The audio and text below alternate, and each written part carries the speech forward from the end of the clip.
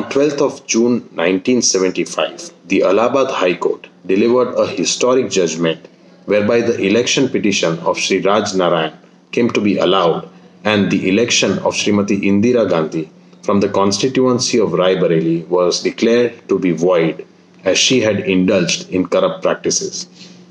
Srimati Indira Gandhi, by way of the judgment, was disqualified from contesting elections for a further period of 6 years.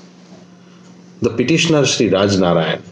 had challenged the 1971 election of Lok Sabha for the constituency of Rai Bareli, wherein he had also contested. Sri Raj Narayan had alleged in his petition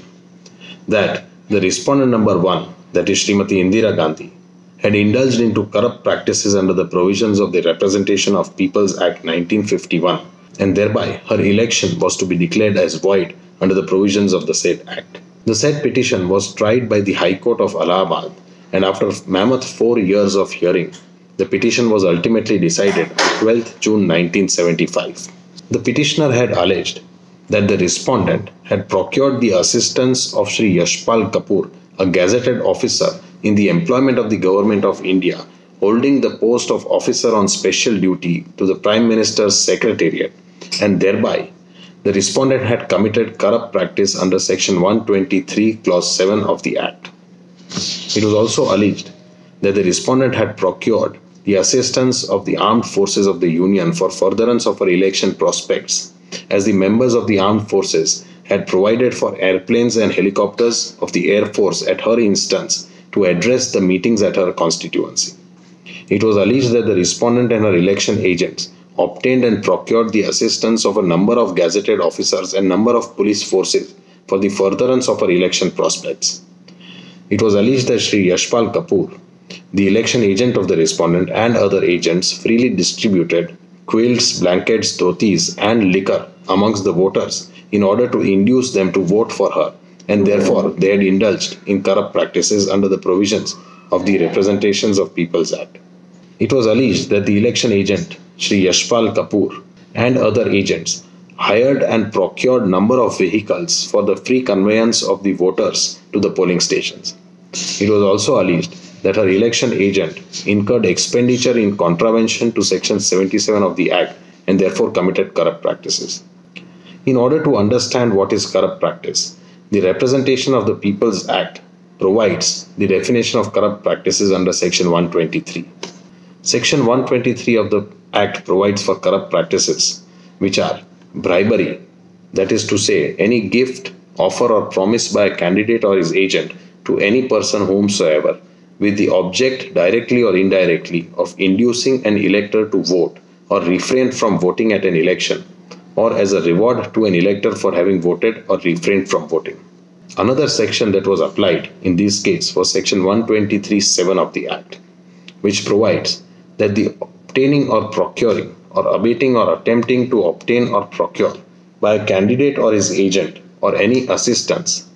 for the furtherance of the prospects of that candidate's election and belonging to any of the following classes, namely gazetted officers, stipendiary judges and magistrates, members of the armed forces of the Union, members of the police forces, excise officers, and any such attempt to procure the assistance of these officers would amount to corrupt practice. The Allahabad High Court framed certain issues in order to try the election petition. The Allahabad High Court framed the issue number 1, which is whether Srimati Indira Gandhi obtained assistance of Sri Yashpal Kapoor for her elections while he was still a gazetted officer in service of the Government of India. Srimati Indira Gandhi, in her reply, had stated that Yashpal Kapoor had resigned from his post on 13th January 1971 and the resignation was accepted on 14th January 1971,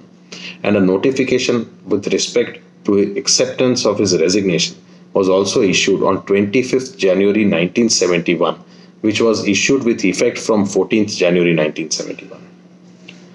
The court interpreted the provisions of the Central Service Temporary Service Rules of 1948 and held that Yashpal Kapoor could not have been seized to be a government servant unless an order accepting the resignation was passed by the authority. The notification accepting the resignation was passed on 25th January 1971, and therefore, till 24th of January 1971, Yashpal Kapoor was a gazetted officer of the Government of India, and therefore any assistance provided by him till the acceptance of his resignation, that is on 25th January 1971, the respondent number 1 had procured the assistance of a gazetted officer, and this amounted to a corrupt practice under section 123(7) of the Act. The court held that it was satisfactorily proved that respondent number 1 had procured and obtained the assistance of Sri Yashpal Kapoor during the period from 7th January 1971 till 24th January 1971 in furtherance of her election prospects, when Yashpal Kapoor was still a gazetted officer in the Government of India. And therefore, the court held the respondent number 1 guilty of commission of corrupt practice.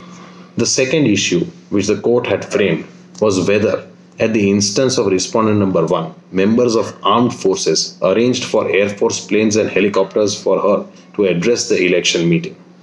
With respect to this issue, the High Court held that the Prime Minister of the country was entitled to make use of Indian Air Force aircraft while travelling for non-official purpose as well. And in the facts of that case, it was held that the use of Air Force planes for travelling did not amount to corrupt practices, and the respondent number 1 was not guilty of having obtained the assistance of the armed forces of the Union for furtherance of her election prospects. With respect to issue number 3, which was that whether at the instance of respondent number 1 and her election agent, Sri Yashpal Kapoor, the District Magistrate of Rai Bareli, and the Superintendent of Police and the Home Secretary of UP government arranged for rostrums, loudspeakers and barricades to be set up and for members of the police force to be posted in connection with her election tour. With respect to this issue, the court examined the entire documentary evidence as well as the oral evidence and held that it was conclusively proved that rostrums were constructed by government agency for meetings addressed by the respondent number 1 in her constituency. It was proved that the gazetted officers of the state, particularly the Superintendent of Police and Executive Engineer PWD, got the rostrums constructed for the purpose of public meetings addressed by respondent number 1 in her constituency.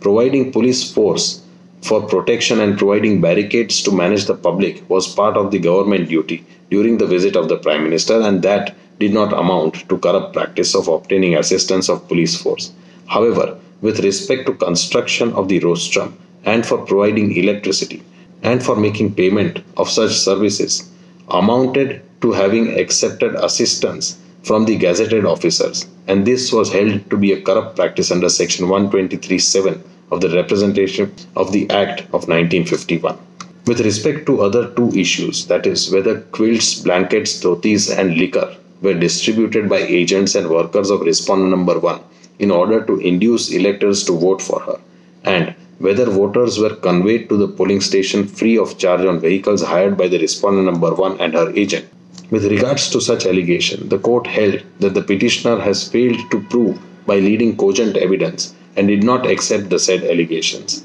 and held the said allegations against the petitioner and in favor of the respondent. Finally, the court held that in view of the findings on issue 1 and 3, the petition was allowed and the election of Srimati Indira Gandhi to the Lok Sabha was declared void.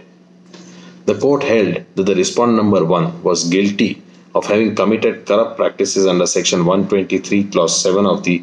Representation of Peoples Act 1951. The court